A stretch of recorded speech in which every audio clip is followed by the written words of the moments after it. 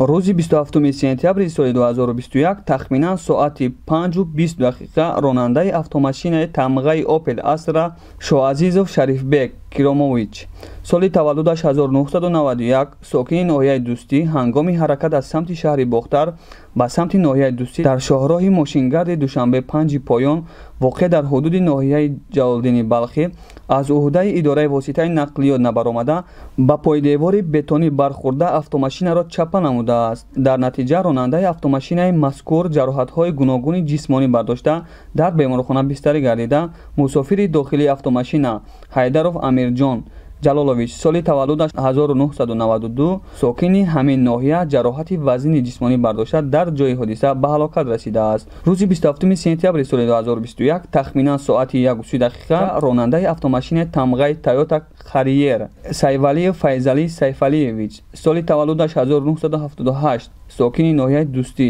ҳангоми ҳаракат аз самти шаҳри Бохтар ба самти ноҳияи Қободиён дар ҳудуди ҷамоати деҳоти Деҳқонобод аз уҳдаи идораи воситаи нақлиёт набаромада аз роҳи асосӣ ба қисмати рости роҳ баромада ба симчӯби канори роҳ бархӯрда автомошинаро чапа намудааст.